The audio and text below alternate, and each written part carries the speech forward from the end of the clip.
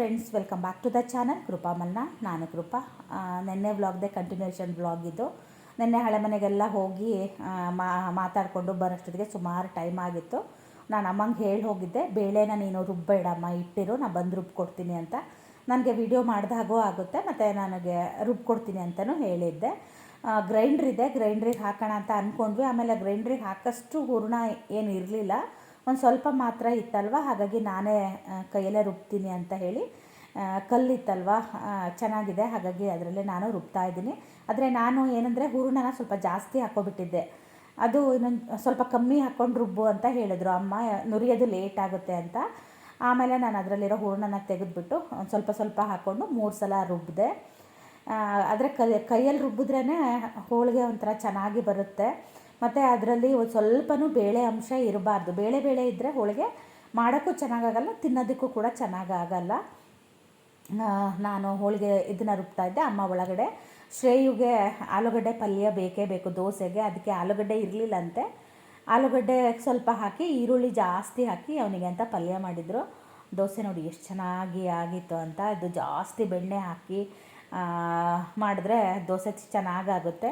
ಶ್ರೇಯುಗೆ ನಮ್ಮಮ್ಮ ಮಾಡೋ ದೋಸೆ ಮತ್ತು ರೊಟ್ಟಿ ತುಂಬ ಇಷ್ಟ ಅವನಿಗೆ. ನಮ್ಮಮ್ಮ ಒಳ್ಳೆ ಪೂರಿ ಥರ ಉಪ್ಸಿ ರೊಟ್ಟಿ ಮಾಡಿಕೊಡ್ತಾರ, ತುಂಬ ಇಷ್ಟಪಟ್ಟು ತಿಂತಾನೆ. ಹೋಳಿಗೆ ಬೇಳೆ ಸಾರಿಗೆ ಬಂದವಳು ನಾನು ಹುರಿದಿದ್ದೆ, ಹುರಿದು ಎಲ್ಲ ಕೊಟ್ಟಿದ್ದೆ ಅಮ್ಮಂಗೆ.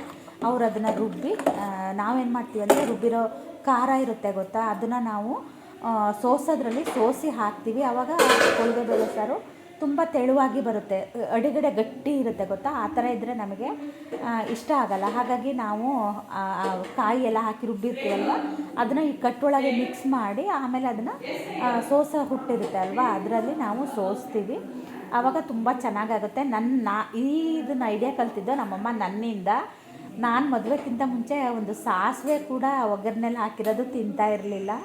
ನಾನು ಯಾವುದೋ ಮನೇಲಿ ನಾನು ಹೋಳಿಗೆ ಬೇಳೆ ಸಾರು ಊಟ ಮಾಡಿದ್ದೆ. ನಾನು ಆವಾಗ ನಂಗೆ ಒಂಥರ ಅದೇನೋ ಒಂಥರ ಅಂತ ಅನಿಸಿತ್ತು. ಆವಾಗಿಂದ ಅಮ್ಮ ನನಗೆ ಈ ಥರ ಹೋಳಿಗೆ ಬೇಳೆ ಸಾರನ್ನ ಮಾಡಿ ಕೊಡೋರು, ಅದೇ ಒಂಥರ ಈಗ ಅಭ್ಯಾಸ ಆಗಿಬಿಟ್ಟಿದೆ. ಇದು ನೆಕ್ಸ್ಟ್ ಡೇ ಗುಡ್ ಮಾರ್ನಿಂಗ್. ನಮ್ಮಮ್ಮ ಫಸ್ಟ್ ಬಂದ ತಕ್ಷಣ ಗಿಡಗಳು ತೋರಿಸು ಅನ್ನೋದು. ಅದಕ್ಕೆ ಫಸ್ಟ್ ಬೆಳಗ್ಗೆ ಎದ್ದೊಳೆ ನಿಮಗೆ ಎಲ್ಲ ಗಿಡಗಳನ್ನ ತೋರಿಸ್ತಾ ಇದ್ದೀನಿ. ತುಂಬ ಗಿಡಗಳ ವಿಡಿಯೋ ಏನು ನಾನು ಮಾಡ್ಕೊಂಡಿಲ್ಲ. ತರಕಾರಿ ಎಲ್ಲ ತುಂಬ ಚೆನ್ನಾಗಾಗಿದೆ. ಅಮ್ಮ ಅದೇ ಅಂತ ಇದ್ರು, ಈ ಥರ ಬಿಸಿ ಮಣ್ಣಿರುತ್ತೆ ಗೊತ್ತಾ, ಇವಾಗ ಹಾಕಿದ್ರೆ ಮಳೆಗಾಲಕ್ಕೆ ತರಕಾರಿಗಳು ತುಂಬ ಚೆನ್ನಾಗಾಗುತ್ತೆ ಅಂತ ಹೇಳಿದ್ರು. ನಾನಿನ್ನೂ ತರಕಾರಿ ಸುದ್ದಿಗೆ ಹೋಗಿಲ್ಲ, ನೋಡ್ತೀನಿ ಈ ವರ್ಷ ಹಾಕ್ತೀನೋ ಇಲ್ವೋ ಅನ್ನೋ ಡೌಟಲ್ಲೇ ನಾನಿದ್ದೀನಿ. ಯಾಕೋ ಗೊತ್ತಿಲ್ಲ, ನನಗೆ ಆ ಜೀವನದಲ್ಲಿ ಆ ಥರ ಉತ್ಸಾಹನೇ ಇಲ್ಲ. ಅವಾಗೆಲ್ಲ ಅದು ಎಷ್ಟು ಉತ್ಸಾಹ ಇರ್ತಾಯಿತ್ತು, ಇವಾಗ ಯಾಕೋ ಗೊತ್ತಿಲ್ಲ, ಸ್ವಲ್ಪ ಉತ್ಸಾಹ ಕಮ್ಮಿ ಆಗಿದೆ. ಅದಕ್ಕೆ ಏನು ಮಾಡಬೇಕು ಅನ್ನೋದು ಕೂಡ ನನ್ನ ಹತ್ರ ಯಾವುದೇ ರೀತಿಯಾಗಿರೋ ಸೊಲ್ಯೂಷನ್ ಇಲ್ಲ. ನೋಡೋಣ ಏನಾಗುತ್ತೆ ಅಂತ. Good morning. ಗಿಡಗಳೆಲ್ಲ ತೋರಿಸಿ ಆಯಿತು. ಅಮ್ಮ ಹೂವಿನ ಗಿಡಕ್ಕೆ ನೀರು ಬಿಡ್ತಾಯಿದ್ರು, ನಾನೀಗ ನೀರು ಕುಡಿತಾ ಇದ್ದೀನಿ. ಹಾಗೆ ಅಮ್ಮ ಎಮ್ಮೆ ಕರ್ಕೊಂಬರ್ತೀನಿ, ಆಮೇಲೆ ಟೀ ಮಾಡಿಕೊಡ್ತೀನಿ ಅಂತ ಹೇಳಿದ್ರು. ಅವರಿಗೆ ರಾತ್ರಿ ಹಾಲು ಇಡೋದು ಮರ್ತು ಬಿಟ್ರಂತೆ.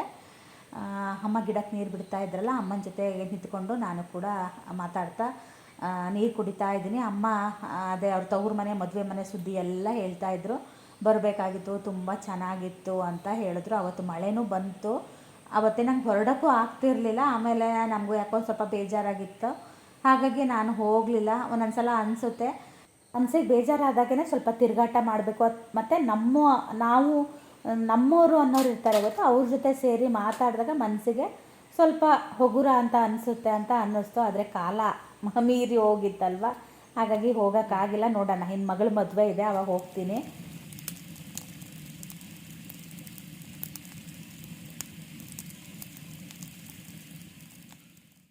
ನಮ್ಮ ಹಳೆ ಸೋನು ನಾನು ನೋಡಿದೆ, ತುಂಬ ದಿನ ಆಗಿಬಿಟ್ಟಿದೆ ಅವನನ್ನು.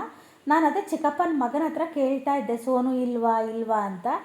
ಅವನು ಇಲ್ಲ ಅಕ್ಕ, ನಾನು ನೋಡಿದೆ ತುಂಬ ದಿನ ಆಯಿತು ಅಂತ ಅಂದ. ಆದರೆ ಇದು ಹಳೆ ವಿಡಿಯೋ. ಪಾಪ ನನಗೆ ಯಾಕೋ ತುಂಬ ನೆನಪಾದ, ಹೋದಾಗೆಲ್ಲ ನೆನಪಾಗ್ತಾನೆ ಅವನು. ಯಾವಾಗಲೂ ಅಷ್ಟೇ, ನಾನು ಬಂದಿದ್ದೀನಿ ಅಂದರೆ ಅದು ಹೆಂಗೆ ಅವನಿಗೆ ವಾಸನೆ ಗೊತ್ತಾಗುತ್ತೋ ನಿಜವಾಗ್ಲೂ ಗೊತ್ತಿಲ್ಲ. ಯಾಕಂದರೆ ಇದು ನಮ್ಮಮ್ಮ ನಾನು ಬಂದಾಗೆಲ್ಲ ಹೇಳ್ತಾರೆ, ನೀ ಬಂದರೆ ಮಾತ್ರ ಅವ್ನು ಬರ್ತಾನೆ ನೋಡು, ಇಲ್ಲ ಅಂದರೆ ಅವ್ನು ಬರಲ್ಲ ಅಂತ. ನಂಗೆ ಗೊತ್ತಿಲ್ಲ ಅವನು ಯಾಕೋ. ಈಗ ಈ ಸಲ ನಾನು ಹಪ್ಪಳ ಹುಯ್ಯಕ್ಕೆ ಹೋದಾಗೂ ಬರಲಿಲ್ಲ. ಆಮೇಲೆ ನನಗೆ ತುಂಬ 2-3 ಸಲ ಹೋದರೂ ಬಂದಿಲ್ಲ ಪಾಪ ಅವನು. ನಾನು ಮಾತಾಡ್ಸೋಕ್ಕೆ ನಂದು ಹಳೆ ವಿಡಿಯೋ ಇತ್ತು ಅವನದು, ನಾನು ಸುಮ್ಮನೆ ಅದನ್ನು ಇದ್ರ ಜೊತೆ ಆ್ಯಡ್ ಮಾಡಿದೆ ಅಷ್ಟೇ. ನಂಗೆ ಪಾಪ ತುಂಬ ನೆನಪಾಗ್ತಾ ಇದ್ದೆ ಈ ಸಲ ಹೋದಾಗ. ಅದು ನಮ್ಮ ಚಿಕ್ಕಪ್ಪನ ಮಗ, ನಾನು ನೋಡಿದೆ ತುಂಬ ದಿನ ಆಗಿದೆ ಅಂತ ಬೇರೆ ಹೇಳಿದ್ನ. ಅವನಿಗೆ ಮತ್ತೆ ವಯಸ್ಸು ಬೇರೆ ಆಗೋಗಿದೆ, ಹಾಗಾಗಿ ನನಗೆ ಸ್ವಲ್ಪ ಬೇಜಾರಾಯಿತು. ನಮ್ಮೂರು ಇಂದ ಮೇಲಿನ ಮುಡ್ಗೋಡು ಅಂತ ಹೇಳ್ತಾರೆ, ಅಲ್ಲಿ ಒಬ್ಬರು ಮನೇಲಿ ಇರ್ತಾನೆ ಅವನು ನಮ್ಮ ಚಿಕ್ಕಪ್ಪನ ಮಗ ನೋಡಿಲ್ಲ ಅಂತ ಹೇಳ್ದ. ನೋಡಬೇಕು, ನೆಕ್ಸ್ಟ್ ಸಲ ಹೋದಾಗ ಅಲ್ಲಿ ತನಕ ಹೋಗಿ ಅವನನ್ನು ಮಾತಾಡ್ಸ್ಕೊಂಡು ಬರಬೇಕು. ಇಲ್ಲಾಂತೂ 6 ತಿಂಗಳಾಗಿತ್ತಂತೆ ಬರ್ದೇನೆ, ಇಲ್ಲಾಂದರೆ ಬರ್ತಾನಂತೆ, ಅವಾಗವಾಗ ಬರ್ತಾನೆ. ನಮ್ಮ ಹೊಸ ಸೋನು ಇದ್ದಾನಲ್ಲ, ಇವನನ್ನು ಕಂಡ್ರೆ ಸೇರಲ್ಲ, ಹಂಗಾಗಿ ಅವನು ಬರದೇ ಬಿಟ್ಬಿಟ್ಟಿದ್ದಾನೆ. ಇಲ್ಲಾಂದರೆ ವಾರಕ್ಕೊಂದ್ಸಲ ಇಲ್ಲ 2 ಸಲ ಬಂದು ಹೋಗ್ತಿದ್ದಂತೆ. ಈಗ ಬಂದೇ ಇಲ್ಲ ಅಂತ ಅಮ್ಮನೂ ಕೇಳಿದೆ, ತಮ್ಮನೂ ಕೇಳಿದೆ. ನನಗೆ ಸ್ವಲ್ಪ ಬೇಜಾರಾಯಿತು. ಮನುಷ್ಯರು ಕಾಣ್ದಿದ್ರೂ ಪರವಾಗಿಲ್ಲ, ನಾಯಿಗಳು ಅಷ್ಟು ಪ್ರೀತಿ ತೋರಿಸುತ್ತಲ್ವ, ಹಾಗಾಗಿ ನನಗೆ ಸ್ವಲ್ಪ ನಾಯಿಗಳಂದರೆ ಇವಾಗ ಅಲ್ಲ, ನಾನು ಸಣ್ಣ ವಯಸ್ಸಿಂದನೂ ನನಗೆ ನಾಯಿ ಹುಚ್ಚು ಸ್ವಲ್ಪ ಜಾಸ್ತಿನೇ. ನಾನು ನಮ್ಮ ಅಮ್ಮನ ಹತ್ರ ಒಂದಿನ ನಾಯಿ ಹುಚ್ಚಿತ್ತಲ್ವ ನನಗೆ, ಅದ್ರದ್ದು ಹೇಳಿಸ್ತೀನಿ ನಿಮಗೆ, ನಗ್ತೀರಾ ಅನಿಸುತ್ತೆ. ನಾನು ಎಲ್ಲೆಲ್ಲಿಂದ ಎಲ್ಲ ನಾಯಿ ಮರಿ ಹಿಡ್ಕೊಂಬರ್ತಿದ್ದೆ ಗೊತ್ತಾ, ಕವರ್ ಒಳಗೆಲ್ಲ ಹಿಡ್ಕೊಂಬರೋದು, ಏನೇನೋ ಮಾಡ್ತಾಯಿದ್ದೆ. ನನಗೆ ಇವಾಗಲೂ ಅಷ್ಟೇ, ಈಗ ನಮ್ಮ ಸಿಂಬ ಹೋದ್ಮೇಲೆ ನಮ್ಮ ಮಕ್ಕಳು ತರೋಣ ಅಂದರೆ ನಂಗೆ ಯಾಕೋ ಗೊತ್ತಿಲ್ಲ, ಆ ಸಿಂಬನ ಜಾಗಕ್ಕೆ ಬೇರೆ ಯಾವುದನ್ನು ತರಬೇಕು ಅಂತ ಅನಿಸಲ್ಲ. ಪ್ರತಿ ದಿನ ನನಗೆ ಸಿಂಬ ನೆನಪು ಆಗ್ತಿರ್ತಾನೆ. ಟೀ ಕುಡಿತಾ ಇದ್ದೀನಿ. ಟೈಮ್ ಬಂದು 7 ಗಂಟೆ ಆಯಿತು. ಲೇಟಾಗಿ ಹೇಳೋಣ ಅಂತಲೇ ಅಂದ್ಕೊಂಡೆ. ರಾತ್ರಿ ನಾನು ಶ್ರೇಯು ಬೇಗ ಮಲಗಿದ್ವಿ. ಶ್ರೇಯನು ನಾವು ಊರಲ್ಲಾದರೆ ಮೊಬೈಲ್ ನೋಡ್ತಾನೆ ಒಬ್ಬನೇ ನಮ್ಮ ಜೊತೆಗೆ ಮಲ್ಕೊಂಡು. ಇಲ್ಲಿ ಟಿ ವಿ ನೋಡ್ಬೇಕಲ್ಲ, ಒಬ್ಬನಿಗೆ ಹೆದರಿಕೆ ಆಗುತ್ತೆ. ಹಾಗಾಗಿ ಪಾಪ ನಮ್ಮ ಜೊತೆಗೆ ಬಂದು ಮಲಗ್ದ ಅವನು. ನಾವೊಂದು ಅರ್ಧ ಗಂಟೆ ಬಿಟ್ಟು ಬಂದು ಮಲಗ್ದ. ನಾನು ಅಮ್ಮ ಮಾತಾಡ್ತಾ ಇದ್ವಿ, ಬೇಗನೆ ಮಲಗಿದ್ವಿ. ಹಾಗಾಗಿ ನನಗೆ ಬೆಳಗ್ಗೆ ಬೇಗ ಎಚ್ಚರ ಆಯ್ತು. ನಾನು ಇವತ್ತು ನಿಜ ಹೇಳ್ತೀನಿ, ಲೇಟಾಗಿ ಹೇಳಬೇಕು ಅಂತ. ಮತ್ತು ಇವತ್ತು ಮಳೆ ಮೋಡದ ಥರನೂ ಇದೆ. ನಮ್ಮನೆಯವ್ರು ಅಂದರು ಅಲ್ಲೆಲ್ಲ ಸಣ್ಣದಾಗಿ ಮಳೆ ಕೂಡ ಬರುತ್ತೆ ಅಂತ ಹೇಳಿದ್ರು. ಏನೋ ಗೊತ್ತಿಲ್ಲ, ನನಗೆ ಬೇಗ ಎದ್ದು 5:45 ಎಚ್ಚರ ಬಿಡಬೇಕಾ. ಎಚ್ಚರ ಆದಮೇಲೆ ನಿದ್ದೆನೇ ಬಂದಿಲ್ಲ. ಆಮೇಲೆ 6 ಗಂಟೆಗೆ ಅಮ್ಮನ ಎಬ್ಸ್ಕೊಂಡು ಎದ್ದು ಬಂದೆ. ಊರಿಗೆ ಬಂದಾಗ ಆರಾಮಾಗಿ ಮಲಗೋಣ, ಲೇಟಾಗಿ ಹೇಳೋಣ ಅಂತ ಅನ್ಕೊತೀನಿ. ಆದ್ರೆ ಒಂದು ದಿನ ನಂಗೆ ಇಲ್ಲಿ ನಿದ್ದೆ ಬರೋಲ್ಲ. ಎಂತಕ್ಕೇನ ನಮ್ಮ ಮನೇಲಿ ಮಾತ್ರ ನಂಗೆ ಹೇಳ್ಬೇಕು ಅಂತ ಅನ್ಸೋದೇ ಇಲ್ಲ. ಒಂದೊಂದಿನ ನಾನು ಅಲ್ಲಿ ಬೇಗ ಹೇಳ್ತೀನಿ. ಇಲ್ಲಿ ಬಂದಾಗ ನನಗೆ ಅದು ಇದ್ದಿದ್ರೂ ಮಲಗಕ್ಕೆ ನಂಗೆ ಆಗೋದೇ ಇಲ್ಲಪ್ಪ, ಎಂತಕ್ಕೆ ಅಂತ ಗೊತ್ತಿಲ್ಲ. ಅಮ್ಮ ಅದೇ ಗಿಡಕ್ಕೆಲ್ಲ ನೀರು ಬಿಟ್ಟರು. ತಿಂಡಿ ಬಂದು ದೋಸೆ ಹಿಟ್ಟಿತ್ತ ನೆನ್ನೆದೆ. ಅದು ರೇಣುಕಕ್ಕ ಬರ್ತಾಳೆ ಅಂತ ಹೇಳಿ ಸ್ವಲ್ಪ ದೋಸೆ ಹಿಟ್ಟು ಜಾಸ್ತಿ ಮಾಡಿದ್ರು ಅಂತ, ಅವಳು ಬಂದಿಲ್ಲ. ಹಾಗಾಗಿ ಇವತ್ತು ಪಡ್ಡು ಮಾಡ್ತೀನಿ ಅಂತ ಹೇಳಿದ್ರು. ನನಗೆ ತುಂಬ ಬದನೆಕಾಯಿ ಬಿಟ್ಟಿದ್ದಾವೆ ನಮ್ಮ ಮನೆ ಹತ್ರ. ಅಮ್ಮ ಕೊಯ್ಕೊಂಡು ಹೋಗು ಅಂತ. ನಿನ್ನೇನೋ ನಾನು ದೋಸೆಗೆ ರಾತ್ರಿ ಬದನೆಕಾಯಿ ಚಟ್ನಿ ಮಾಡಿಸ್ಕೊಂಡಿದ್ದೆ, ಚೆನ್ನಾಗಾಗಿತ್ತು. ಇದು ಬದನೆಕಾಯಿ ಬಜ್ಜಿ ರೊಟ್ಟಿ ತಿನ್ನೋಣ ಅಂತ ಅನ್ನಿಸ್ತಾಯಿತ್ತು. ನೋಡ್ತೀನಿ ಅಮ್ಮಗಮ್ಮ 2 ರೊಟ್ಟಿ ಮಾಡ್ಕೊಡಮ್ಮ. ನಾನು ಕೇಳಿದ್ರೆ ಈಗ ಶ್ರೇಯನು ಹಂಗೆ ಕೇಳ್ತಾನೆ, ಅವನಿಗೂ ತುಂಬ ಇಷ್ಟ. ಹಂಗಾಗಿ ಮತ್ತು ಅವ್ರಿಗೆ ಇವತ್ತು ಕೆಲಸ ಬೇರೆ ಇದೆಯಾ, ಹೋಳಿಗೆ ಮಾಡಬೇಕಾ. ಹಾಗಾಗಿ ಅವರು ಎದ್ದವರೆ ಕಣ್ಕಾಯಿ ಎಲ್ಲ ಕಲಸಿ ಎಲ್ಲ ಇಟ್ಟಿದ್ದಾರೆ. ಬಂದ ಮೇಲೆ ಮಾವಿನ ಹಣ್ಣು ತರಕ್ಕೆ ಹೇಳ್ಬೇಕು. ಇವರಿಗೆ ತಂದು ಕೊಟ್ಟಿದ್ದಾರೆ ನಮ್ಮ ಮಾವಿನ ಹಣ್ಣನ್ನು. ನಾನು ಒಂದಷ್ಟು ಒಯ್ಯಬೇಕು. ಆದರೆ ಅದು ಹಣ್ಣು ಆಗಿಲ್ಲ. ನಮ್ಮ ಅಮ್ಮನ ತವ್ರ ಮನೆಯಲ್ಲಿ ಆ ಕಡೆ ಎಲ್ಲ ಸೊರಬ ಸೈಡ್, ಆ ಕಡೆ ಎಲ್ಲ ಅವರಿಗೆ ಮಾವಿನ ತೋಪು ಅಂತಾರೆ, ಅದು ಎಲ್ಲರ ಮನೆಯಲ್ಲೂ ಇರುತ್ತೆ. ಅವರು ಕೊಟ್ಟಿರ್ತಾರೆ ಸಾಬ್ರುಗಳಿಗೆ, ಅವರು ತಿನ್ನೋಕ್ಕೆ ಅಂತ ಹಣ್ಣನ್ನು ಕೊಡ್ತಾರೆ. ಅವಾಗ ಎಲ್ಲರಿಗೂ ಹಂಚೋದು, ಹೆಣ್ಮಕ್ಳಿಗೆ, ಅವ್ರಿಗೆ ಬೇಕಾದವರಿಗೆ, ಇವರಿಗೆ ಅವರಿಗೆ ಎಲ್ಲ ಕೊಟ್ಟೋಗಿದ್ದಾರೆ. ಅದರಲ್ಲಿ ಹಣ್ಣಾಗಿಲ್ಲ. ನಮ್ಮಮ್ಮ ಶ್ರೇವಿಗೆ ಹೆಚ್ಕೊಡು ಅಂತಾರೆ, ಅದರಲ್ಲಿ ಹಣ್ಣೇ ಆಗಿಲ್ಲ. ಅದು ಬಾದಾಮಿನ, ಅದು ಪೂರ್ತಿ ಗಳಿಬೇಕು, ಆವಾಗ ಚೆನ್ನಾಗಾಗುತ್ತೆ. ನಾವು ಊರಿಗೆ ಒಂದು ಸ್ವಲ್ಪ ಒಯ್ಯಬೇಕು. ಚಿನ್ನಿನೂ ಬರ್ತಾ ಇದ್ದಾಳೆ ಇವತ್ತು. ಚಿನ್ನಿ ನಾಳೆ ಬರೋದಾಗಿತ್ತು, ಆಮೇಲೆ ಅವಳಿಗೊಂದು ಎಕ್ಸಾಮ್ ಇತ್ತಂತೆ, ಅದು ಮುಂದೆ ಹೋಯ್ತಂತೆ. ಹಾಗಾಗಿ ಇವತ್ತು ಬರ್ತಾ ಇದ್ದಾಳೆ. ನಿನ್ನೆ ರಾತ್ರಿ ಬರ್ತೀನಿ ಅಂತ ಹೇಳಿದ್ಲು. ಆಮೇಲೆ ಟ್ರೈನ್ ತುಂಬ ರಶ್ ಇತ್ತಂತೆ ನಿನ್ನೆ, ಒಂದು ಸೀಟು ಏನೂ ಸಿಕ್ಕಿಲ್ಲ. ಹಾಗಾಗಿ ಬೇಡ ಮಮ್ಮಿ, ಬೆಳಗ್ಗೆನೇ ಬರ್ತೀನಿ ಅಂತ ಹೊರಟಿದ್ದಾಳಂತೆ.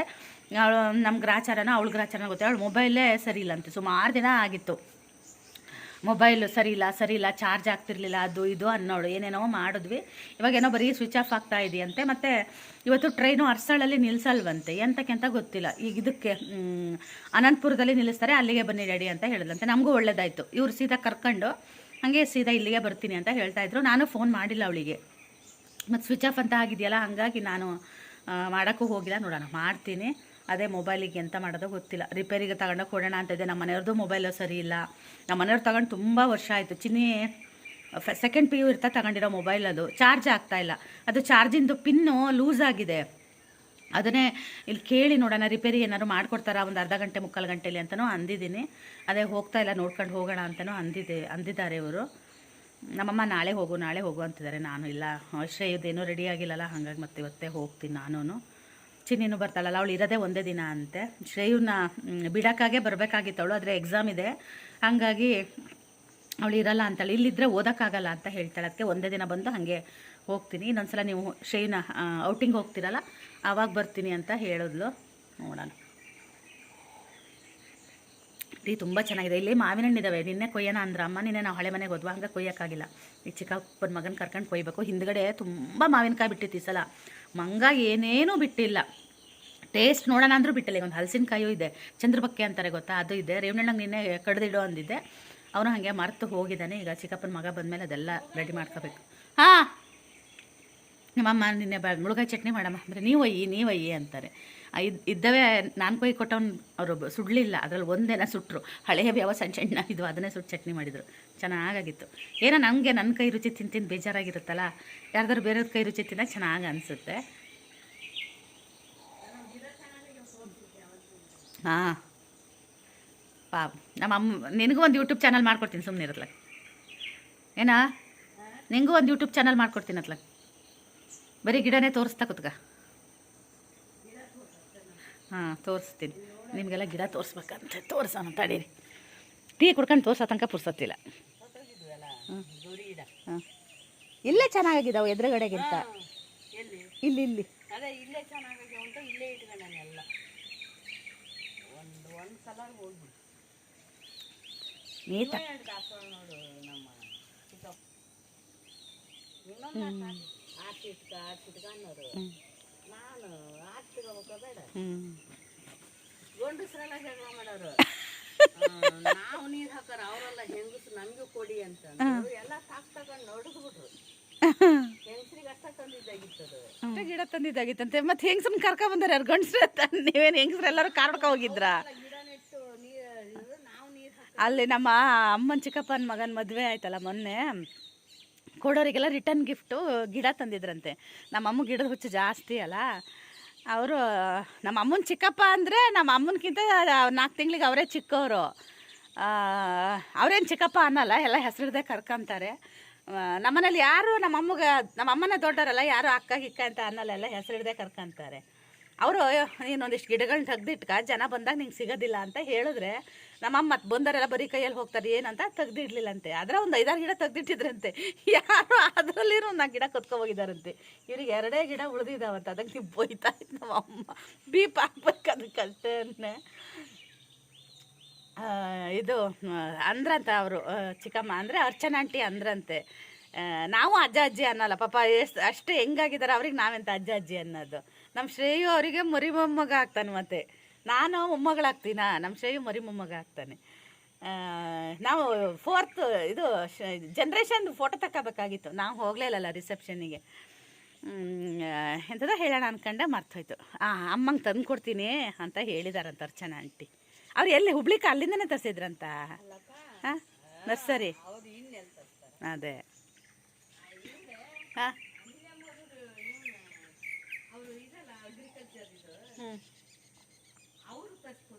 ಯಾರೇನ ನಂಗೆ ಗೊತ್ತಿಲ್ಲ. ಸಂದೀಪನ್ನ. ಹಾಂ ಅವರು ಅಲ್ಲಿಂದ ಇಲ್ಲಿಗೆ ಹೇಳಿದ್ರು. ಚೆನ್ನಾಗಿ ಪ್ಯಾಕ್ ಮಾಡಿ ಎಲ್ಲ ಇಟ್ಟಿದ್ರಂತೆ. ಕದ್ಕೊಂಡು ಹೋದ್ರಂತೆ. ಅಂತ ಮಾಡಂಗಿಲ್ಲ, ಹಾಗೆ ಅದು ಮಲ್ಲಿಗೆ ಗಿಡ ಎಲ್ಲ ಥರದ್ದು ಗಿಡ ತರಿಸಿದ್ರಂತೆ. ನಮ್ಮ ಅಮ್ಮಗೆ ಒಂಚೂರು ಗಿಡದ ಹುಚ್ಚು ಜಾಸ್ತಿ ಅಲ್ಲ, ಇಟ್ಕ ಅಂದಿದ್ದಾರೆ. ನಮ್ಮ ಅಮ್ಮಗೂ ಸಿಕ್ಕಿಲ್ಲ ಅಂತೆ. ಏನು ತರಿಸ್ಕೊಡೋದಲ್ಲ ಸುಳ್ಳೆ, ಯಾಕಂದ್ರೆ ಅದು ತುಂಬ ಜಾಸ್ತಿ ತಂದಾಗ ಕಮ್ಮಿ ಖರ್ಚು ಬರುತ್ತೆ. ಅಮ್ಮಂಗೆ ಬೆಳಗ್ಗೆನೇ ವೀಡಿಯೋ ಮಾಡಿದ್ದೀನಮ್ಮ ನಾನು, ಎದ್ದೋಳೆ ನೀನು ಹೇಳಿದೀಯ ಅಂತ ಮಾಡಿದ್ದೀನಿ ಅಂತೀನಿ. ಆದರೂ ನಮ್ಮಮ್ಮನ ಎದುರುಗಡೆನೇ ಇನ್ನೊಂದು ಸ್ವಲ್ಪ ವೀಡಿಯೋ ಮಾಡಬೇಕಂತ ಸ್ವಲ್ಪ ಮಾತ್ರ ಮಾಡಿದೆ ನಾನು. ಅವರಿಗೂ ಸಮಾಧಾನ ಆಗಬೇಕು ಅಂತ. ನಮ್ಮಮ್ಮಂಗೂ ಒಂದು ಯೂಟ್ಯೂಬ್ ಚಾನಲ್ ಓಪನ್ ಮಾಡಿ ಕೊಡೋಣ ಅಂತ ಇದ್ದೀನಿ. ನಾನು ಮಾಡಿಕೊಡ್ತೀನಿ ಅಂದರೆ ತುಂಬ ಜನ ಮಾಡಿಕೊಡಿ ಅಂತ ಹೇಳ್ತಾರೆ. ನನಗೆ ಯೂಟ್ಯೂಬ್ ಚಾನಲ್ ಮಾಡೋಕ್ಕೆ ಕಷ್ಟ ಆಗುತ್ತೆ ಪಾಪ, ಅವರಿಗೆ ಆಗಲ್ಲ ಮಾಡೋದಕ್ಕೆ. ಮತ್ತು ಪಾಪ ಮಾತಾಡಬೇಕಲ್ವ, ಮತ್ತು ಕಂಟೆಂಟ್ಗಳು ಬೇಕು. ನಾನು ಸುಮ್ಮನೆ ತಮಾಷೆಗಂದೆ ಅಷ್ಟೇ. ಹಾಗೆ ನನಗೆ ತುಪ್ಪ ಇರಲಿಲ್ಲ, ಅದಕ್ಕೆ ಅಮ್ಮಂಗೆ ತುಪ್ಪ ಕಾಯಿಸ್ಕೊಡಮ್ಮ ಅಂತ ಅಂದೆ. ಬೆಣ್ಣೆನೇ ಒಯ್ತೀನಿ ಅಂದೆ, ಬೇಡ ತೊಳ್ಕೊಡು ನಾನು ಇಲ್ಲೇ ಕಾಯಿಸ್ಕೊಡ್ತೀನಿ ಅಂತ ಹೇಳಿದ್ರು. ಬೆಣ್ಣೆನ ನಾನು ಚೆನ್ನಾಗಿ ಅಂದರೆ ಏನು ಮಾಡ್ತಾರೆ ನಮ್ಮಮ್ಮ ಅಂದರೆ, ಬೆಣ್ಣೆ ತೆಗೆದವರು ಮಜ್ಜಿಗೆ ಒಳಗೆ ಇಡ್ತಾರೆ. ಪ್ರತಿದಿನ ಮಜ್ಜಿಗೆ ಕಡಿತಾರಲ್ವ, ದಿನ ಮಜ್ಜಿಗೆ ಚೇಂಜ್ ಮಾಡಿ ಬೆಣ್ಣೆನ ಅದ್ರ ಒಳಗೆ ಇಡ್ತಾರೆ. ಆವಾಗ ವಾಸನೆ ಬರಲ್ಲ, ಮತ್ತು ಬೆಣ್ಣೆ ಫ್ರೆಶ್ ಆಗಿ ಇರುತ್ತೆ.